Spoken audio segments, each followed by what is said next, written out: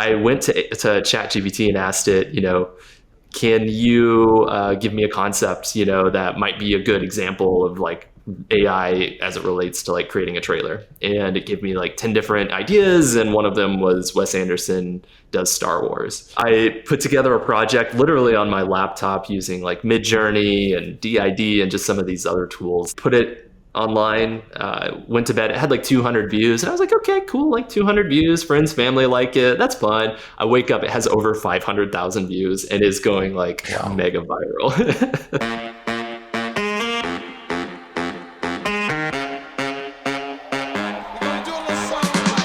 Welcome to Unskippable by Fondue, a show about how visionary founders, brand leaders, and marketers are using digital storytelling to break through the noise. Today, we're talking to Caleb Ward, founder of Curious Refuge, who, after uploading an AI-generated Wes Anderson parody video, woke up the next day to a cool 500,000 YouTube views and started a viral sensation that changed the way we view filmmaking. Caleb is working creative and marketing leadership roles at Premium Beat, School of Motion, and Rebelway, and now runs Curious Refuge full-time, an online home for anyone who wants to utilize the latest AI tools to create the future of storytelling. Without further ado, let's dive into our convo with Caleb. You're doing something big right now, right? You're building this community with Curious Refuge. You're sort of becoming this AI guru of sorts. So maybe you could share a little bit about your creative journey and just how you got to where you are now. Yeah, I've always been interested in filmmaking and video production. Goes all the way back to high school, like so many people, just making fun videos with friends and then developing a love for the production process and creativity, trying to turn that into a career, going to college. And really what I found through the process is, in addition to loving creating videos, creating like amazing and fun creative content, I really fell in love with the actual side of learning about video production and motion design and VFX. And so it was really an important part of my career to give back to the community that had trained me by training them. And so I worked at a company called premiumbeat.com. I don't know if you guys are familiar with them. Yes, we are. Yeah. We're both users of Premium Beat. They have great music, and basically to get video editors and producers onto their website, they're like, we want to have a blog that, does video tutorials and articles related to filmmaking. And so I got to lead that team for a while, and we were pumping out, I think like 22 articles a week with videos and like freebies. It was like a huge operation. And this is pre-ChatGPT. Exactly. That's not an impressive thing anymore, but 10 years ago, that was a lot of work. Well, like 12 months ago. Yeah. Exactly. And so we did that, and really I learned that I really like the education side of things. And so had worked with other schools since then, like School of Motion, who they teach like After Effects and Cinema 4D. And then Rebelway, which is an online VFX school that teaches Houdini and Nuke and Unreal Engine and just all those crazy, super awesome, nerdy programs that are used at the highest level of the industry. And so it was really very natural for me to gravitate towards the educational side of artificial intelligence as these tools started developing. And so basically back in April, I had created just some random business content that, I was like interested in, but I was just like, I'll, have a creative outlet here. I had a full-time job working for the online VFX school at that point. So, still very much involved in the industry and, the process of, assisting creatives. And as these tools started coming out, these AI tools, I was just so curious. I'd seen like the Harry Potter by Balenciaga video. I'm sure you guys have seen that. Right. Yeah. Like there was hilarious memes, or like, SpongeBob SquarePants as like an 80s fantasy film, like, like some very funny concepts online, but none of them told any sort of story. It was really just like, here are these visuals. Let's like laugh at the meme side of things. Interesting. And so I was really curious as a filmmaker and as someone who is just, living more in the storytelling world, can AI actually tell a story, right? It's a really interesting concept that has huge ramifications, right? And so I essentially put together an experiment, and I intentionally tried to like remove myself from the equation, not because I want AI to remove artists, but I was just curious about what is the ceiling from a storytelling perspective with AI tools, right? And so I went to ChatGPT and asked it, can you give me a concept, that might be a good example of like AI as it relates to like creating a trailer? And it gave me like 10 different ideas, and one of them was Wes Anderson does Star Wars. So I was like, okay, that's a pretty cool like visual idea. And then Wes Anderson, obviously, like kind of the static nature of his storytelling lends itself a little more to just where the AI tools were at that point. And so I put together a project literally on my laptop using like Midjourney and DID and just some of these other tools that are just, helpful AI tools that people use for just various problem solving or problems that they run into in the filmmaking process, and edited together a project. Literally, it took me only like 20 hours to put together that first one. And I was still like figuring out all these tools for the first time, like while I was like learning that. And it's funny, I put it online, went to bed, it had like 200 views, and I was like, okay, cool, like 200 views, friends, family like it, that's fun. I wake up, it has over 500,000 views and is going like mega viral. Wow. So it's really funny, and basically the news started picking it up, which was really interesting. And like smaller blogs, online, movie blogs, things like that, which was fun. And then I was playing Mario Kart. It was a Sunday with my friends, and I like get a ping on my phone, and I look down, and it's like, the Hollywood Reporter has just wrote an article about it, and so then it just obviously started getting picked up in major places. And what happened is immediately people were like, what does this mean for the future of filmmaking? And also, how did you do this? And so we essentially like are trying to address both of those questions with Curious Refuge. And so because of my background in education, I was like, this process is not just me typing in like, create a trailer, please. Like, and you hit enter and then like a trailer. Like, it is a process that involves skills and techniques that I've learned through my entire career as a video creator. And so it's not something that I could just make like a 10-minute tutorial, like showing people how to do it. So I was like, naturally, a boot camp experience that contextualizes AI, especially as it relates to, the different components of the filmmaking process. Because yes, you can create fun content trailers that are just like silly and totally worth doing, but just, are just fun experiments. But there's some very practical and real applications in a filmmaking pipeline and video production pipeline as well. And so the course basically outlines all of those very practical applications, in addition to here's how you can, make your own concept trailer, essentially. Right. So yeah, and that's where we are with Curious Refuge. We are really trying to just showcase how the human taste and human curation side of using AI is so important, and really trying to get rid of a lot of those myths and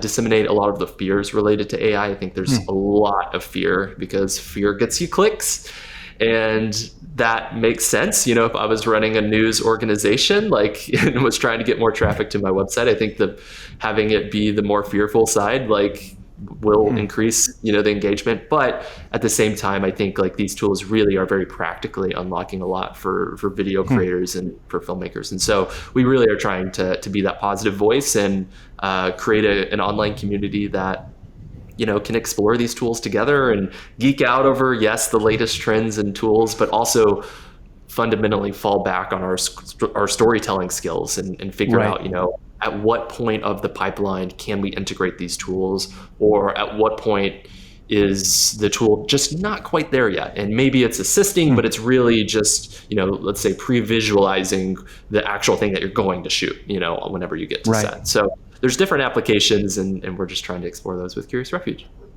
Yes. Oh my gosh. Definitely. Thank you so much for walking us through the journey. You clearly struck a chord with just the moment of where this technology was up to. It's interesting, your experience at Premium Beat and as an educator, and figuring out how to sort of dissect and articulate systems and see how all these tools sort of correspond and integrate together, and then actually put that into practice with an example. It's sort of like all of your steps previously in filmmaking and in education led to that moment. I can't imagine like waking up the next day and going from like 200 to like 500,000 views. That would definitely be a huge wake up that you're onto something. Yeah, it was a very funny experience, really, because, immediately whenever you go viral, the phone starts ringing, right? You get a million inquiries and everyone's, wanting to reach out to you to partner up to do all sorts of things.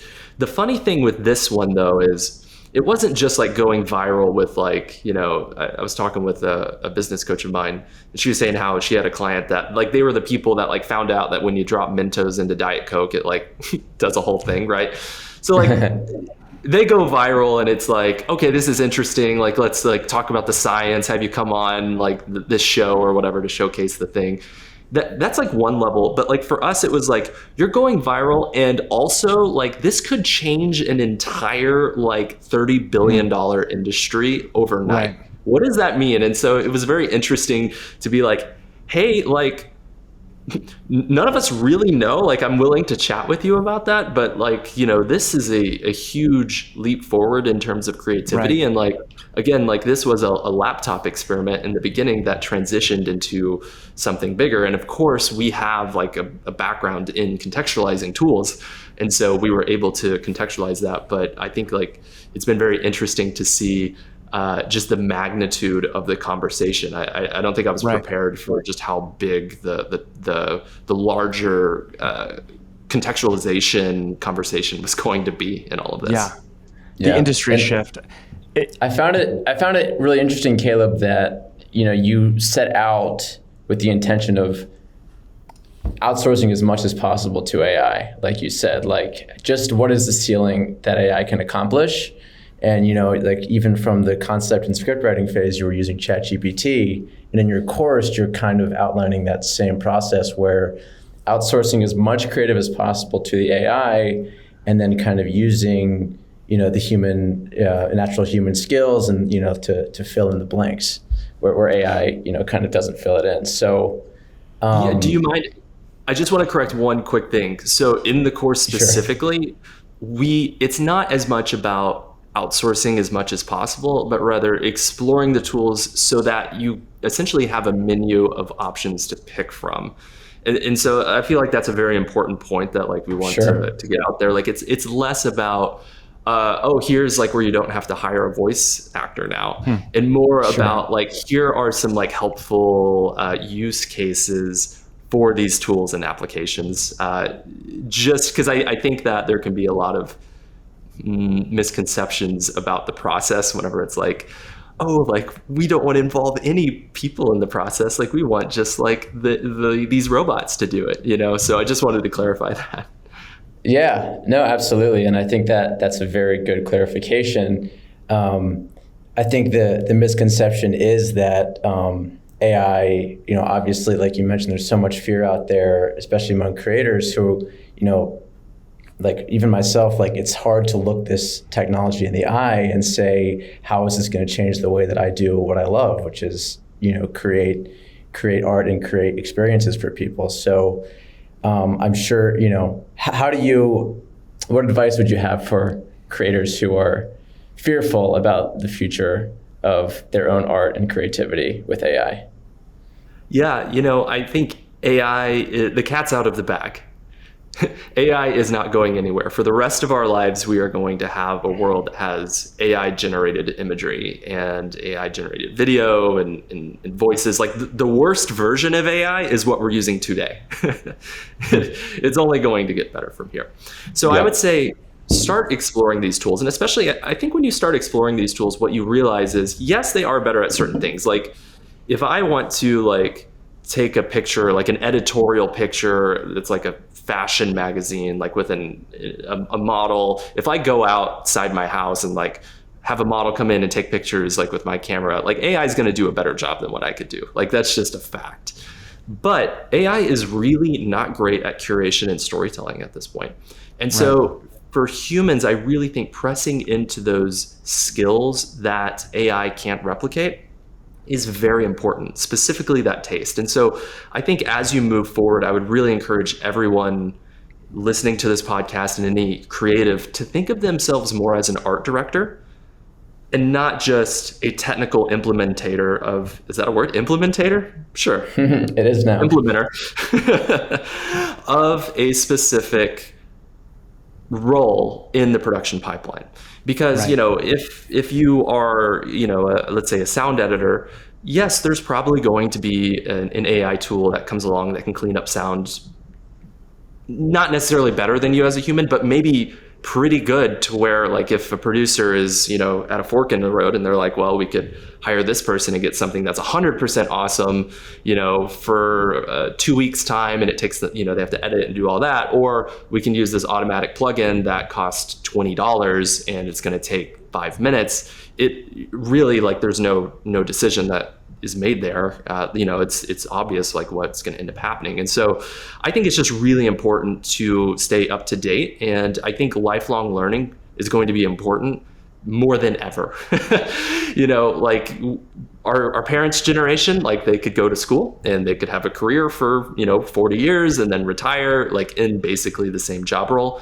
That is not going to be true for us anymore. You know, we are not only going to change, you know, how we do our job, but literally the career we're in at least every decade moving forward.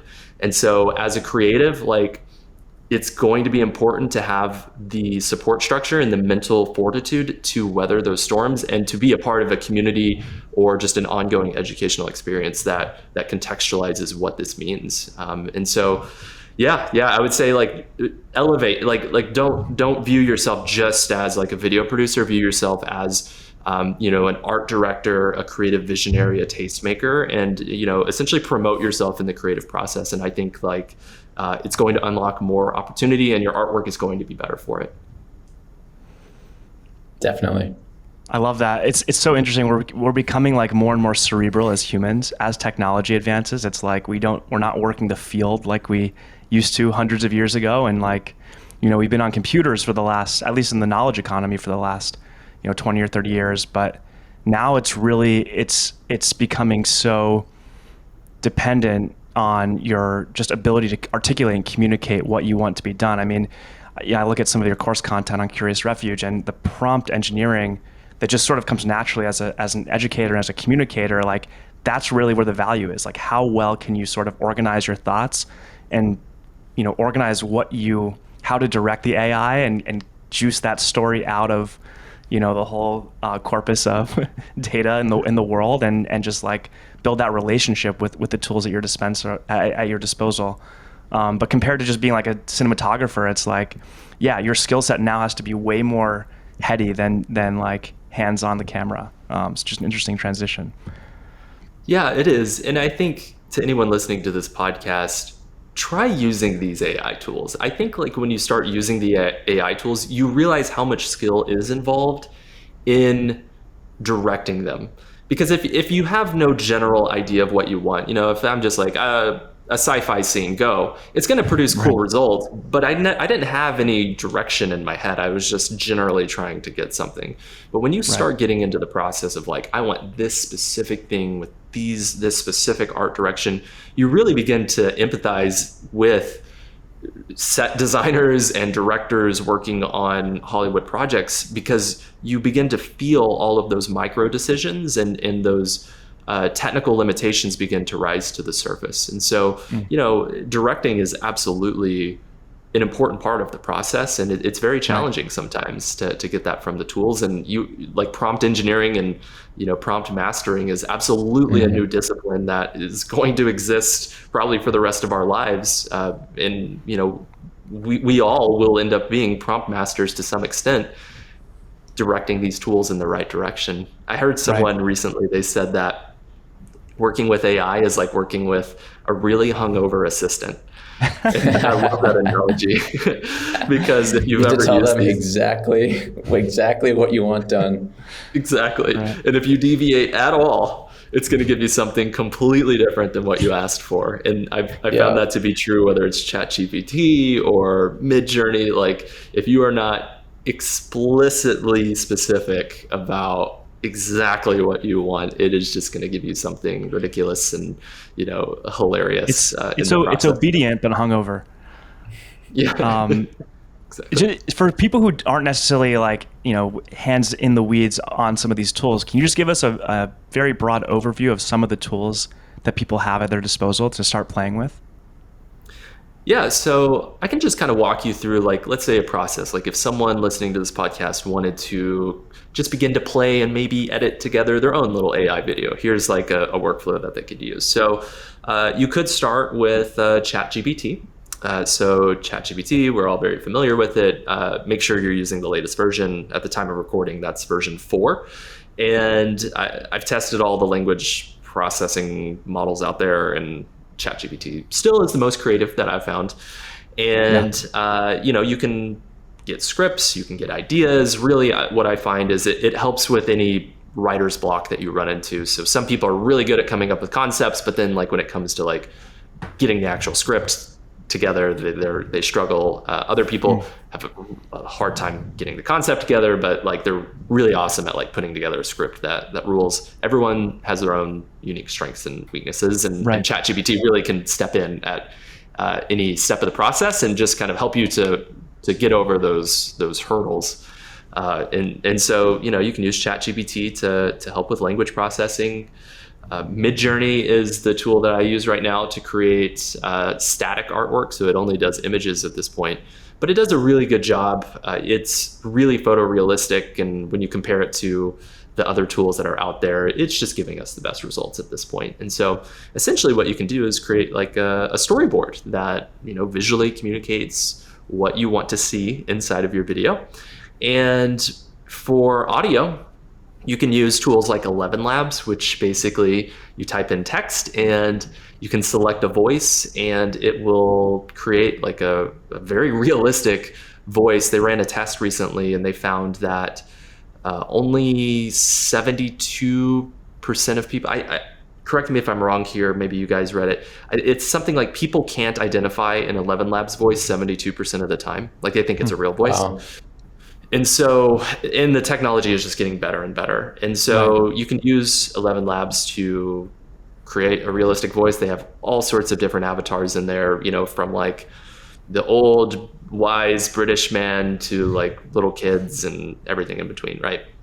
So you can create basically the audio version of your voiceover. There's AI music tools out there. I haven't found an AI music tool that I'm absolutely in love with yet. So I tend to use just stock libraries still at this point, Artlist or Premium Beat. Right. And after that, you can move on to animating the actual faces. So there's different tools that you can use. One of the most popular tools is DID. And DID, basically you can upload an image, you can upload your audio or just type in text and they'll actually move their head and chat. It's the tool that was behind the Harry Potter Balenciaga videos, and it's the ones that we used for Barbenheimer.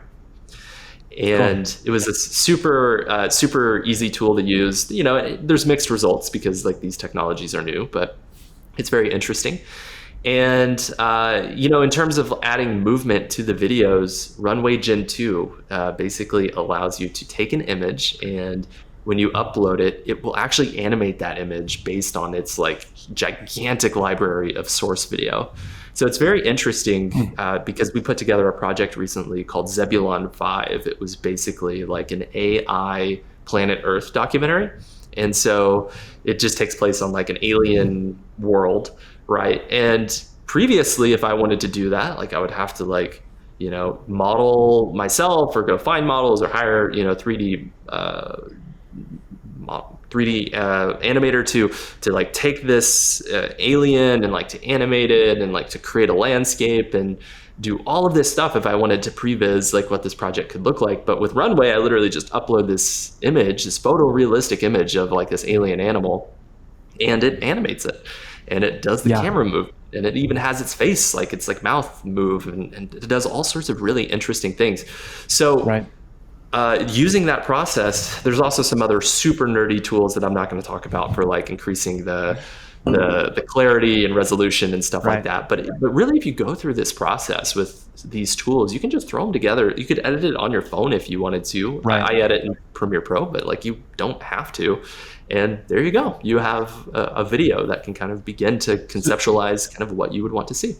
Right. This leads to a really interesting sort of transition that maybe is in front of us, where right now we think about UGC, user-generated content. And I think since the advent of the iPhone, and especially higher quality, camera functionality on smartphones, there was this proliferation on Instagram and TikTok and Facebook, user-generated content, where now you've got these like social celebrities and influencers that are doing like little skits, of themselves at home, and there's a lot of brand promotion in that space too.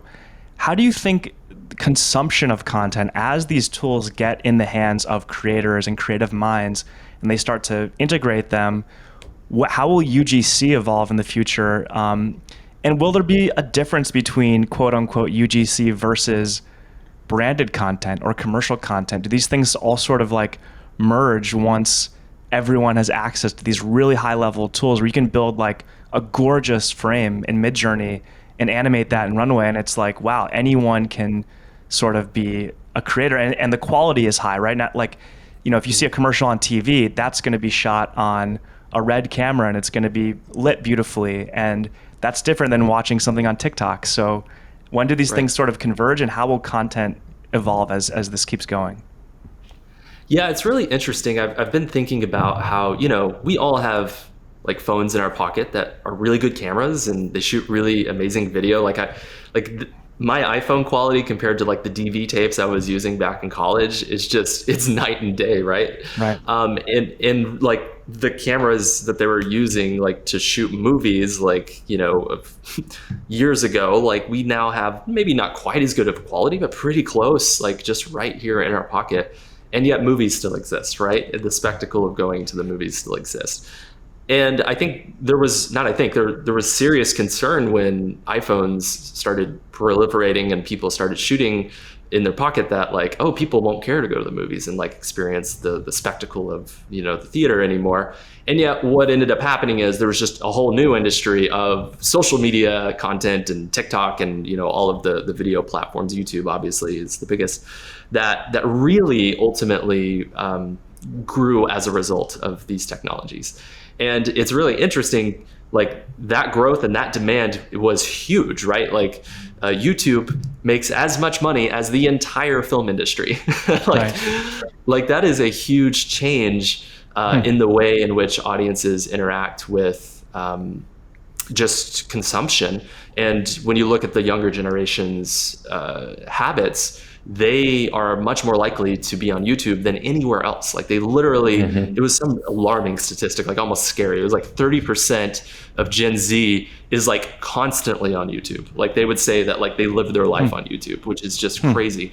But going forward, as we like think about how things will progress with, AI generated content, I think that there will be a new demand. I don't know if that's like a new platform or if it's just simply like AI content existing on current platforms like YouTube and TikTok.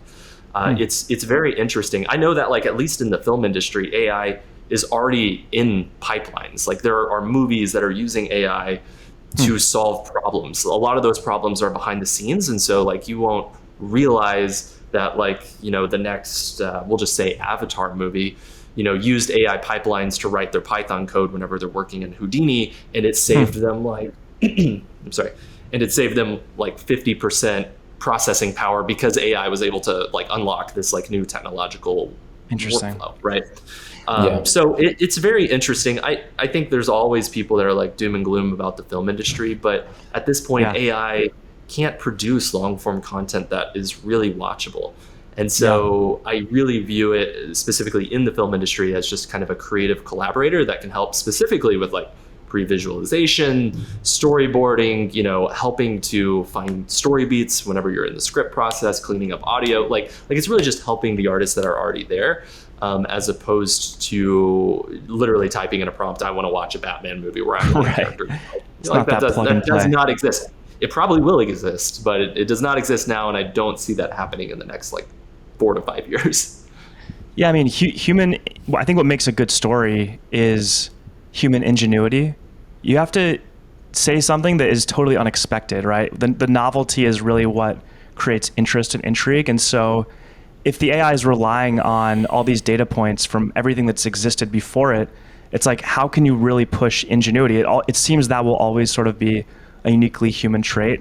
And then that's really the value that we'll have to double down on and bring to the table when it comes to interacting with these tools. It's interesting, thinking about some of the legal considerations around this space. Maybe some, especially in the corporate world, there might be some hesitations to adapt these technologies, whether it's releasing your data to, a ChatGPT or to a Midjourney and like keeping company information private and sensitive, but also concerns about, copyright infringement or infringing on existing works. If there are lawsuits in the future about, where did Midjourney do all of its training, or where did some of these tools get their reference material from? What are some of the big concerns that you've observed legally and ethically for brands and companies looking to implement these tools? Yeah, that is a concern. So we've had many conversations with companies over the last few months. And obviously, what do we actually own this? Like, we read this article that said, like, we don't own AI generated content, but when you're editing it together, just like if you created a documentary that used public domain imagery, you still own that documentary. And so would we actually own this content now? Those are really unanswered questions at this point. I'm sure there will be legal precedents that pop up. I'm like 100% sure that that's going to happen, right? But all of these things are really unanswered questions. And so, I would say brands, whenever you are approaching these tools, there are certain tools that are more cleared legally, if that makes sense. So for example, Adobe's Firefly is entirely trained on Adobe's library of stock imagery that it owns. And so they can say 100%, you can use these images because we have the rights to basically train our algorithms on them. Whereas Midjourney, I think, is just trained on basically any image it could possibly get its hands on, right? And so whether or not people are allowed to use those images to, monetize their projects is yet to be seen, because the truth is, like, a lot of these images that are produced from Midjourney, it's like a combination of like 10,000 different image references. Right. If we had to put a number, it's probably more like billions, but if we had to just put a number on it, it's so many different images that, like, it's hard to know who actually owned this. And I don't even know if the Midjourney algorithm could really tell you.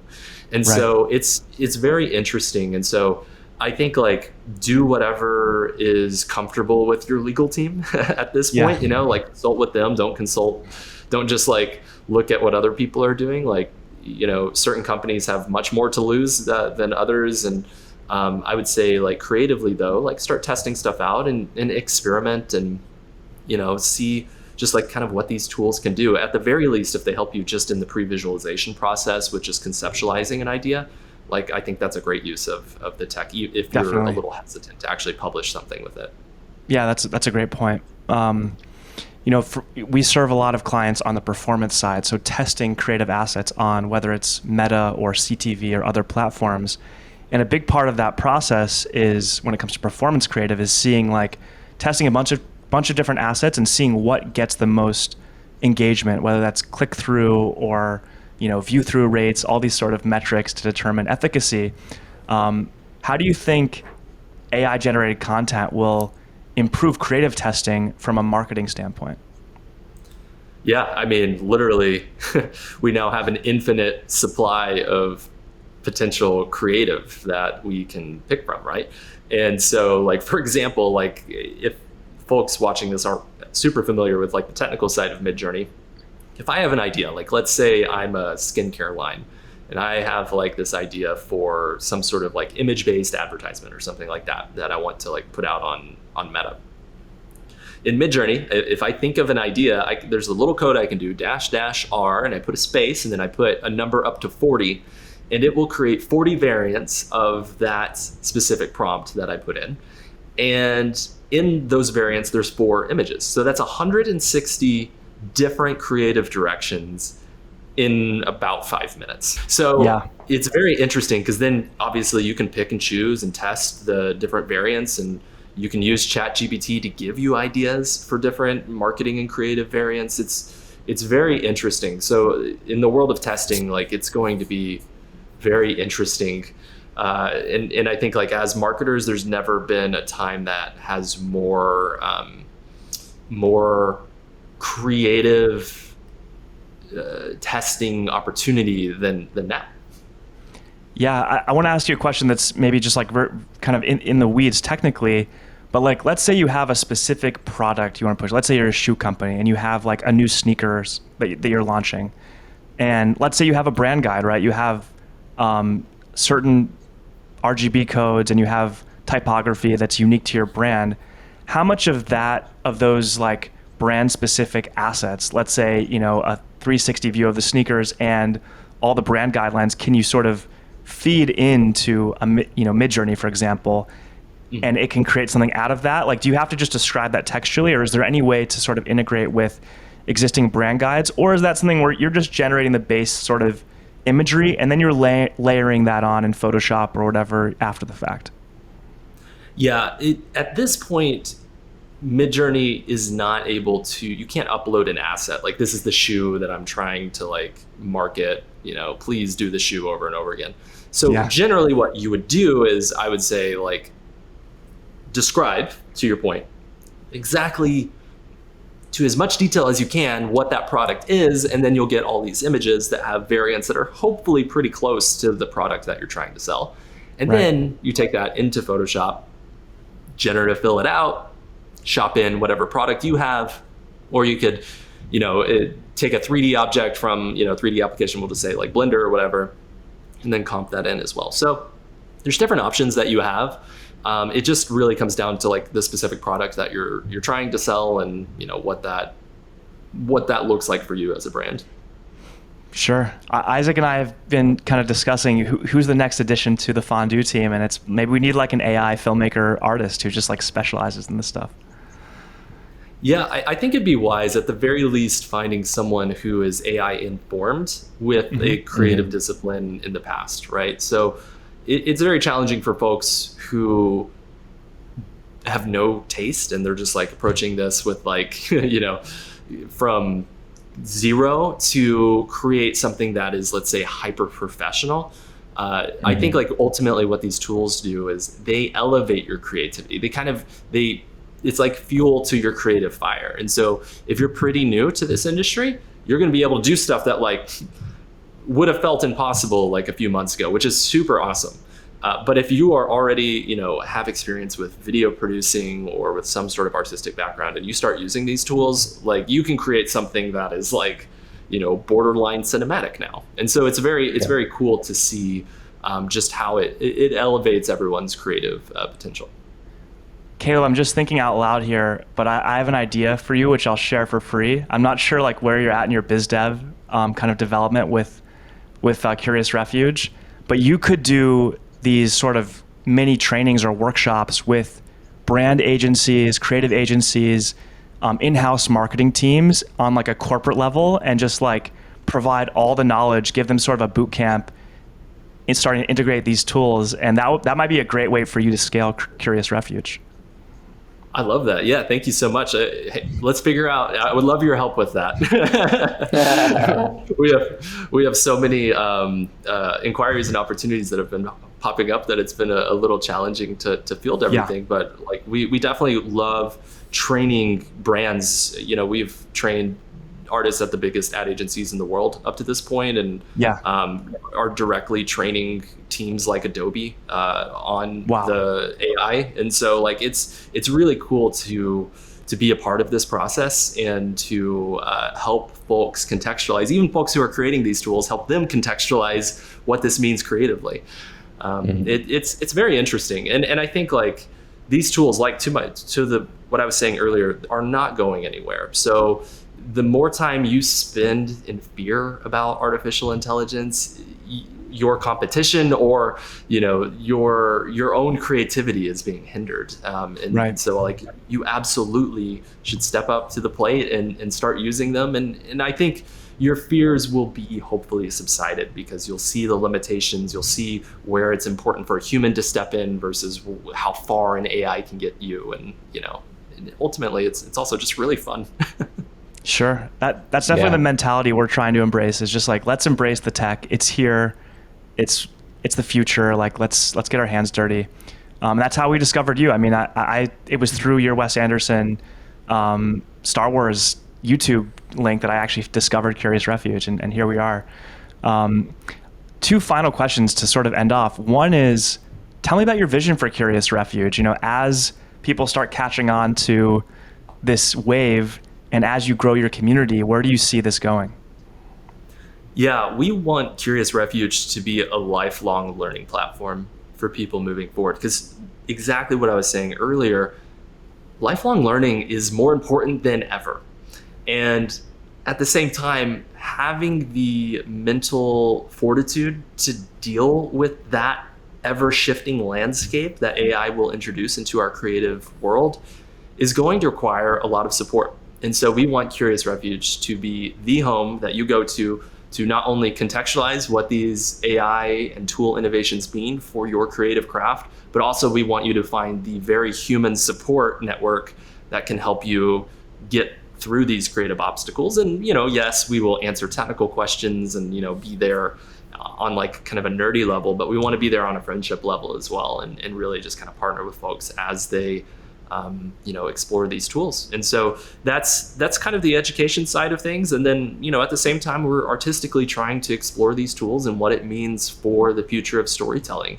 I really do think that AI is going to continue to innovate, and it's going to continue to produce projects that were just, otherwise impossible a few years ago. And so we want to be at the forefront of exploring what that looks like, chatting with folks who are just really talented, and just opening the conversation as we go down this new creative journey.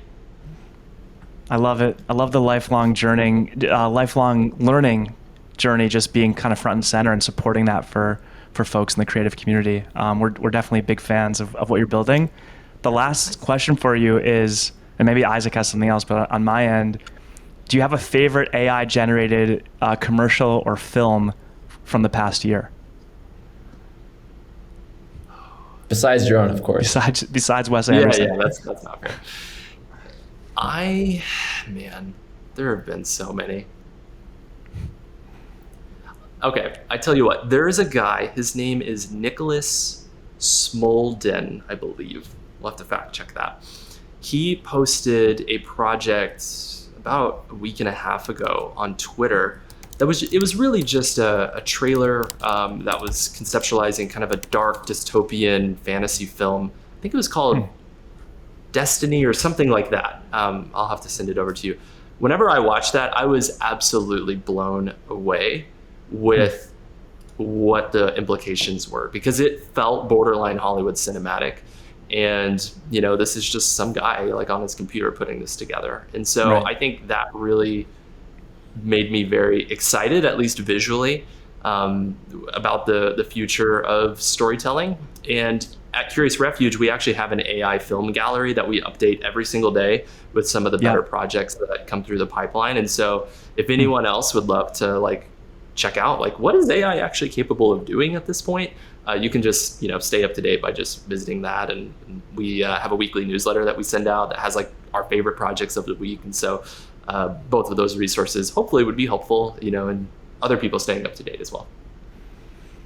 Awesome, man. Awesome. Isaac, do you have anything else you want to bounce off Caleb while we're here? Yeah, I've got a couple questions. One is kind of along the lines of the last question, but your course, obviously you're imparting these skills and these tools to people who, otherwise might not have known where to start with AI filmmaking. And then you've kind of got this very vibrant Discord community of people kind of uploading their own kind of experiments and weekly assignments. How does it feel kind of seeing your educational material kind of coming to life and taking a life of its own through the community? It's one of the best feelings ever. I love that we've been able to inspire and empower people to upload these assignments. And the assignments, for those of you who aren't involved in Curious Refuge at this point, they start with storyboarding. We start very simple, trying to get you acquainted with these tools. And over the course of 4 weeks, we introduce, movement and VFX and compositing techniques to where by the end you essentially can create a concept film. And the work that has been coming in has been really awesome. It's been cool because we have the entire gamut of creatives inside of our program. We have people like literal Academy Award winners going through our program, all the way to, there's an 8-year-old girl from Texas who is like, she wrote this story and it's like in the style of Pixar, and she like submitted an assignment, and I'm just like, that's so cool. Like, it's just really amazing that like these people that normally would have never ever been able to get a project out there are getting projects. They're telling visual stories, and as a storyteller, that for me, that is an amazing win. Like, I want more people to tell stories because it makes us all better at storytelling, and I think like it's just one of the chief just opportunities and pleasures of my life to be involved in such a vibrant community. It's very cool. Awesome. Yeah, I can imagine it's really just amazing kind of seeing your work come to life through other people. And my last question, just going through your course, one of the early sections in your course is book recommendations, and I think the first book you mentioned is The Artist's Way, which is a very influential, very famous book, and more of kind of like a self-help program for creativity, which I've actually since picked up. I'd heard of it a few times, and you convinced me to grab a copy. Nice. And I'm working through the steps, as they say. So what were your main takeaways from that book, and how did it impact you most? Isaac, I love that you are going through The Artist Way, because truly, and I am the most skeptical person ever. Like anything that feels like, ethereal or silly, like dream it, you can do it stuff, I tend to be like, no, like that is so silly. Yeah. But honestly, that book is going to change your life, and I'm very excited like that you like chose to go through that journey. I have no skin in the game with that book at all. I've never met Julia Cameron or anything like that. But specifically, what I learned through that process is that I was living a life as a shadow artist. And what I mean by that is a lot of us, when we got started in our creative endeavors, like let's say it was, I want to be a director of films, right? And we realize that the artist process is very challenging, and becoming a director, it takes a million decisions and conversations, and like there's highs and lows, and it's an experience. And it can be easy to settle in to a role that is close to that goal, but not that goal, right? So it can be easy to do things that are not the creative endeavor that you set out to do. And it doesn't mean that like if you aren't directing something out here in Hollywood, you aren't successful. In fact, talk to most Hollywood directors who are completely burnt out and not enjoying the creative process whatsoever. So I don't know if I'd wish that on anyone. But generally, what I found is I was not living in my full purpose, which is educating people and educating them about the creative process of putting art together, which for whatever reason is just like, it really just ticks all the boxes for me, and I really love it. And so after reading that book, I quit my full-time job and founded a company called Curious Refuge. And that leads us to this conversation that we're having today. And so really, I think that that book and that process, it's like a 12-week journey. And, through it, you'll realize it's almost like therapy. Like you'll realize a lot of the almost traumatic creative experiences that you've had that have maybe limited your own creative expression through that process. And so I think that I would not have the opportunity to have Curious Refuge, to have this vibrant community where we're giving back to other people without going through that program. So it's really cool. And I'm curious, Isaac, like what have you learned so far? Have you enjoyed the book? I'm early. I'm just starting week 2. So, I've been doing all my morning pages, getting up a little earlier. And And I'm not sure if I've pulled anything yet, but maybe I'm being a little bit more aware of my surroundings and paying more attention to kind of the fun things in life that give you inspiration. So, yeah, good for you. I'm really, really, it's encouraging to hear that you had a positive experience with it. I think a lot of people have. So we'll see where it goes.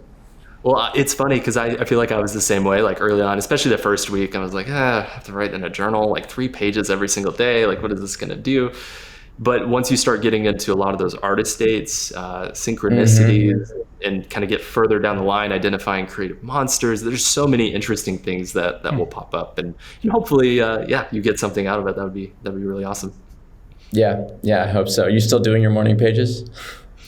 I've fallen off of doing the morning pages because, to people listening, it's literally handwriting 3 full pages every single morning. So, it takes time to do that. It's very helpful though, like when you're going through the process. And now I do morning pages when I feel like I need them, a couple times a week, which is helpful. And I've switched over to using digital tools so I can just keep track of morning pages. And it's actually very funny because I use Notion to do my journaling, but there's also the AI integration and summary tools in Notion. And so I have this like board set up, and it like will use AI to tell me commonalities basically in my journal entries, which is actually super helpful to see like, what are you like constantly like dealing with? Like, let's like really address those things, It's that's cool. Interesting. Caleb, thank you so much for joining us. It's really been a pleasure to get your perspective and hear about your journey. Unskippable is produced by Fondue. I'm your host, Itai Joseph, joined by Fondue Creative Director, Isaac Italiander. For sound bites, insights, and new episodes, follow Fondue, Fondu, on LinkedIn, Instagram, and X, I guess it's called X now, and check out some of our latest projects at fondue.co.